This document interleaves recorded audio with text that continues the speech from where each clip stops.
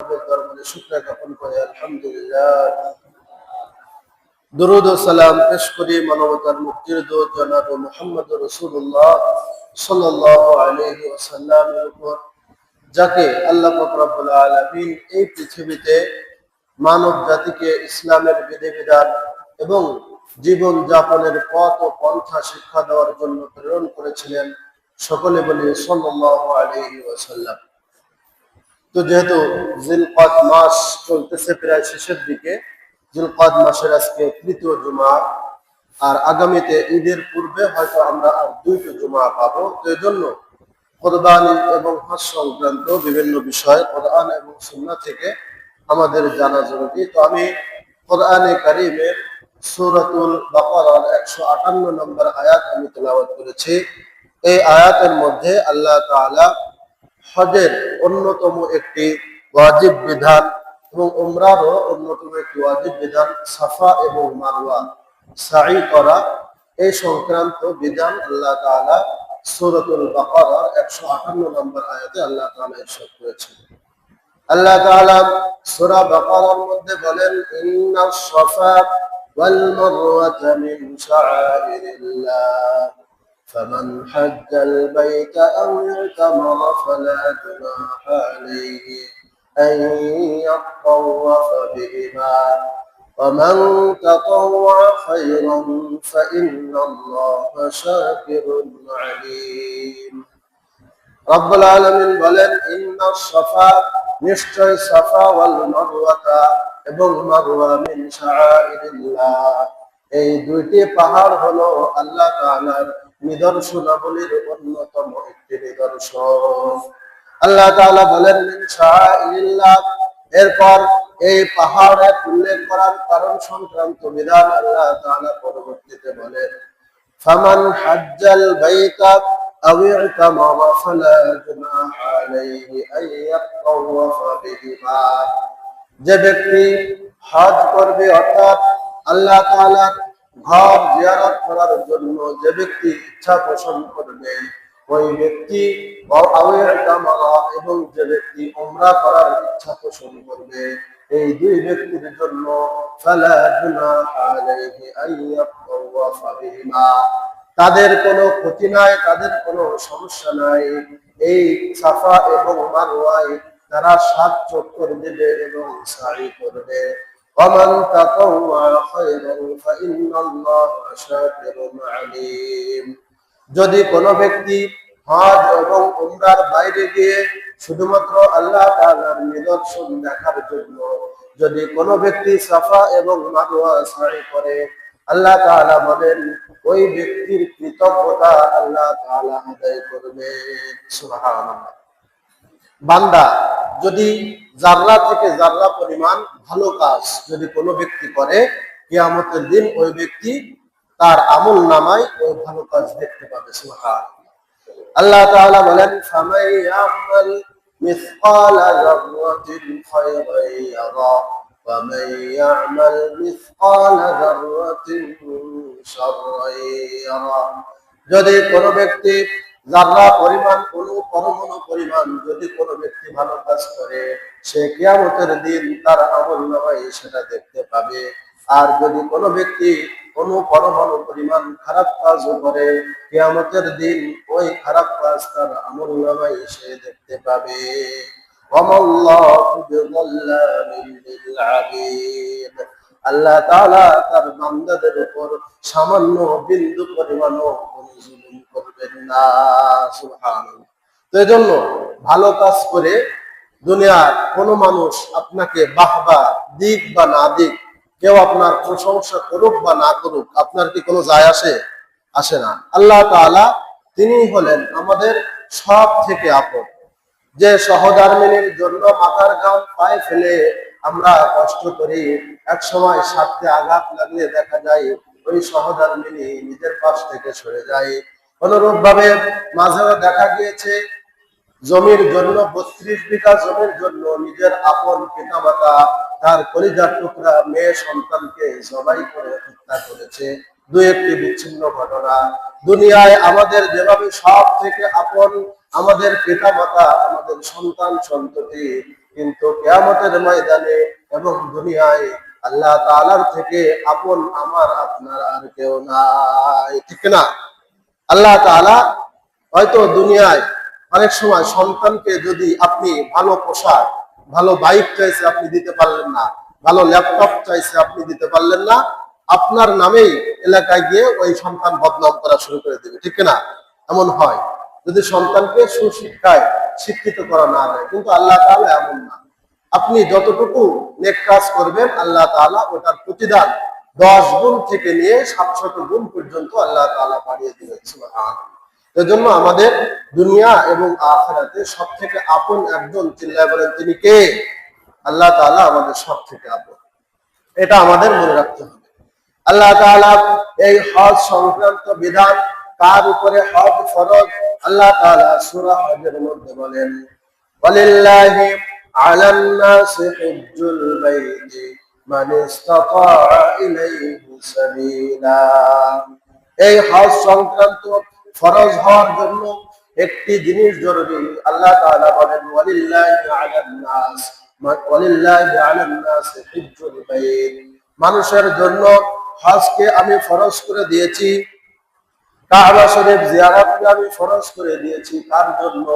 মান ইসতাতা ইলাইহি সাবিলা, যে ব্যক্তির কাবা শরীফে যাওয়া এবং সেখান থেকে ফিরে আসা এবং ওই সময়ে তার পরিবারের যাদের উপর তার ভরণ পোষণ ফরজ, ওই ব্যক্তিদের ভরণ পোষণের দায়িত্ব গ্রহণের মতো সম্পদ এবং নগদ অর্থ যে ব্যক্তির কাছে থাকবে, ওই ব্যক্তির উপরে আল্লাহ তাআলা হজকে ফরজ করে দিয়েছেন। সুবহানাল্লাহ।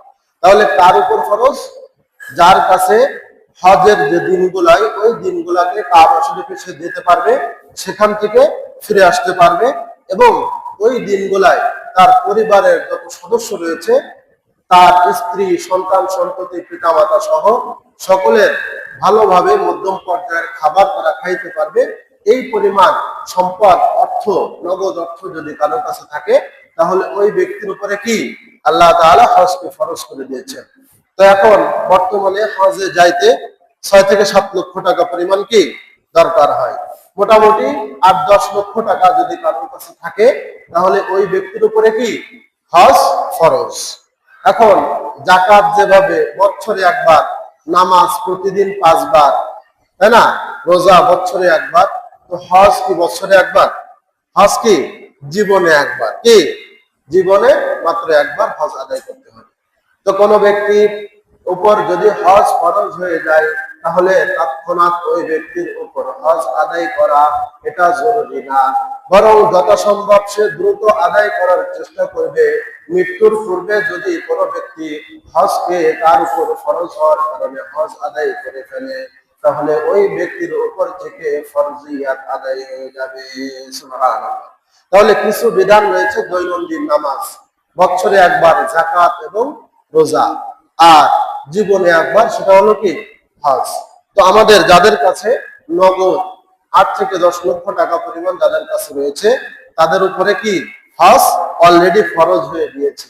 এখন পরবর্তীতে যদি তার কাছে ওই নগদ অর্থটা না থাকে, তার আর্থিক অনটন দেখা দেয়, তাহলে ওই পূর্বে তার উপর হজ ফরজ থাকার কারণে সে যদি ওই সময় আদায় না করে, তাহলে তার উপর কিন্তু কি ওই জিম্মায় ওই হজের যে ফরজিয়াত এটা তার উপরে থেকে যায়।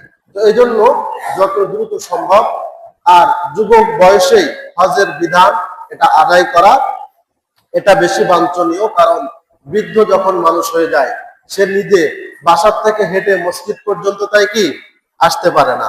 আর ওখানে লক্ষ লক্ষ মানুষের, সারা বিশ্বের মানুষের যেখানে ভিড়, প্রচন্ড গরম, সেখানে গিয়ে হজের বিধিবিধান পরিপূর্ণভাবে আদায় করা তার জন্য কষ্টকর।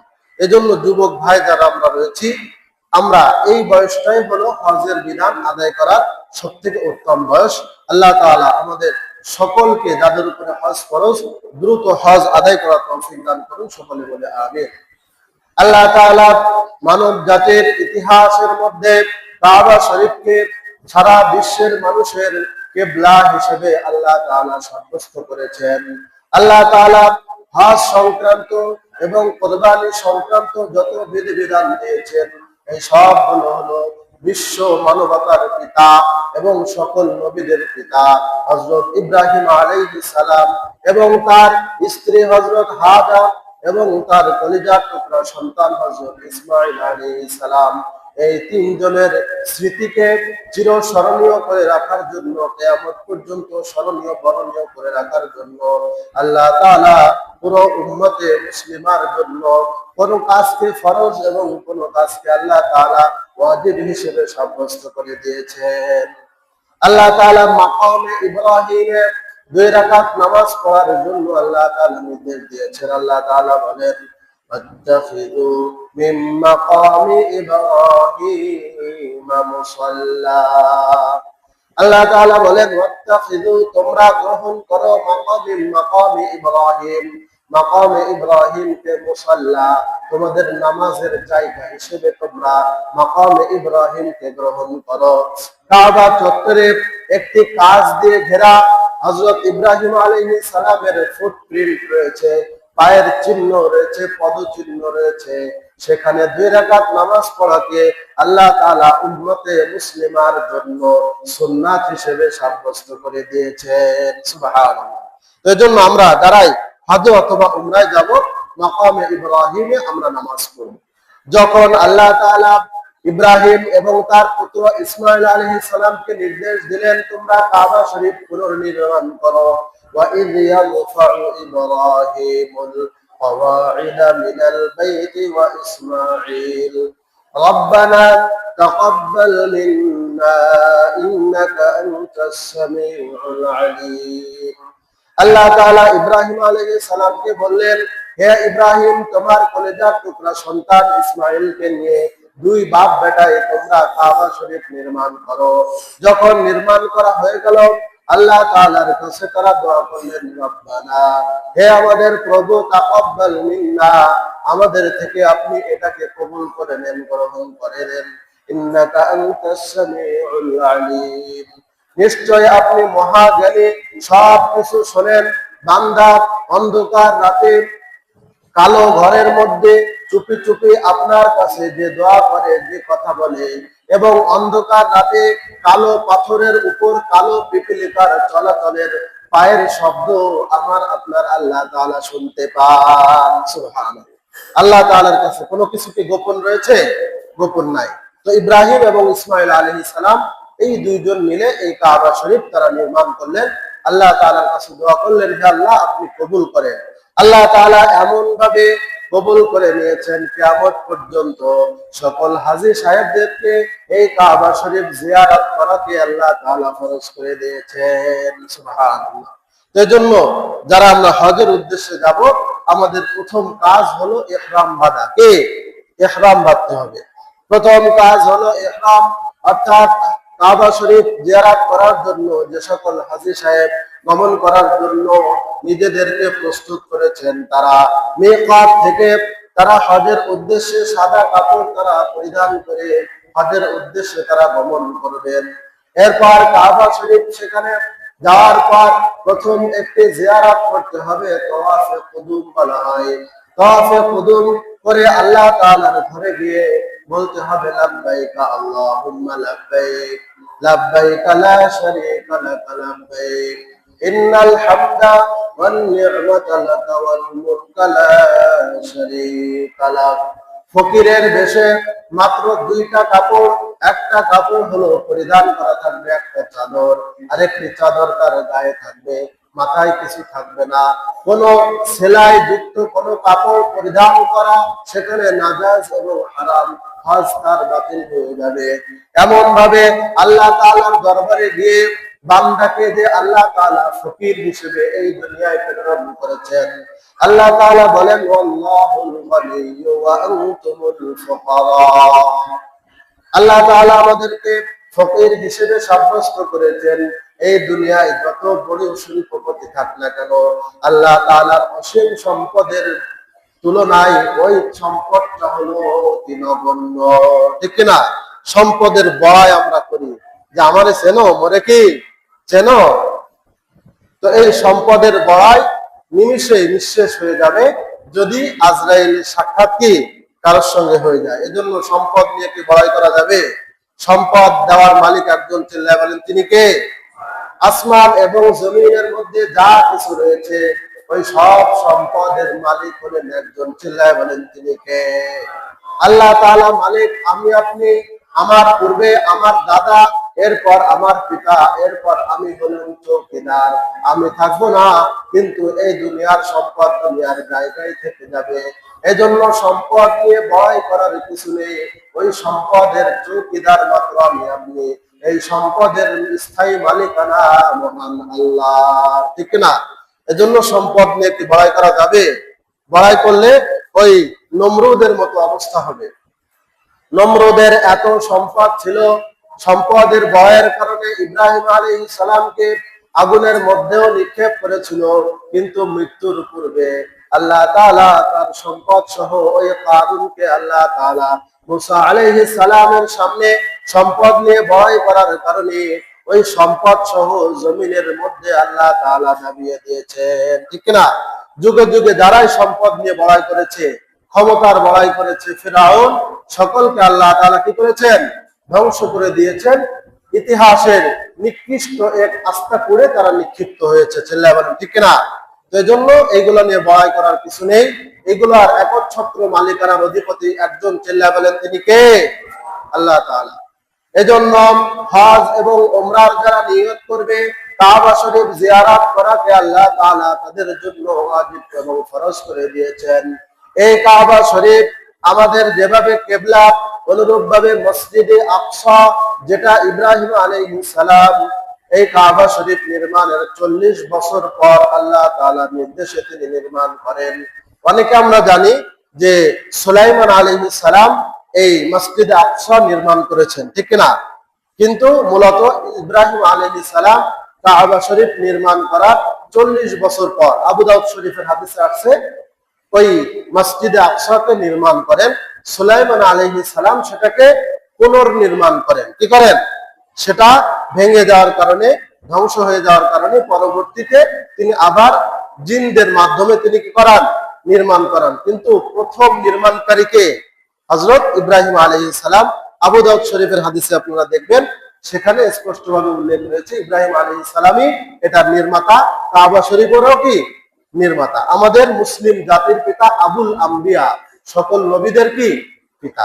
তো ইসমাঈল আলাইহিস সালাম এবং ইব্রাহিম আলাইহিস সালাম কাবা শরীফ নির্মাণ করার পর মসজিদে আকসা যখন নির্মাণ করলেন, এই মসজিদে আকসা সকল নবীদের স্মৃতি বিজড়িত একটি জায়গা। সেখানে সকল নবীদেরকে মিরাজের রাত্রে আল্লাহ তাআলা একত্রিত করেছিলেন। এবং এই কাবা শরীফ এবং মসজিদে আকসা দুটি মুসলমানদের কিবলা হিসেবে নির্ধারিত হয়েছিল।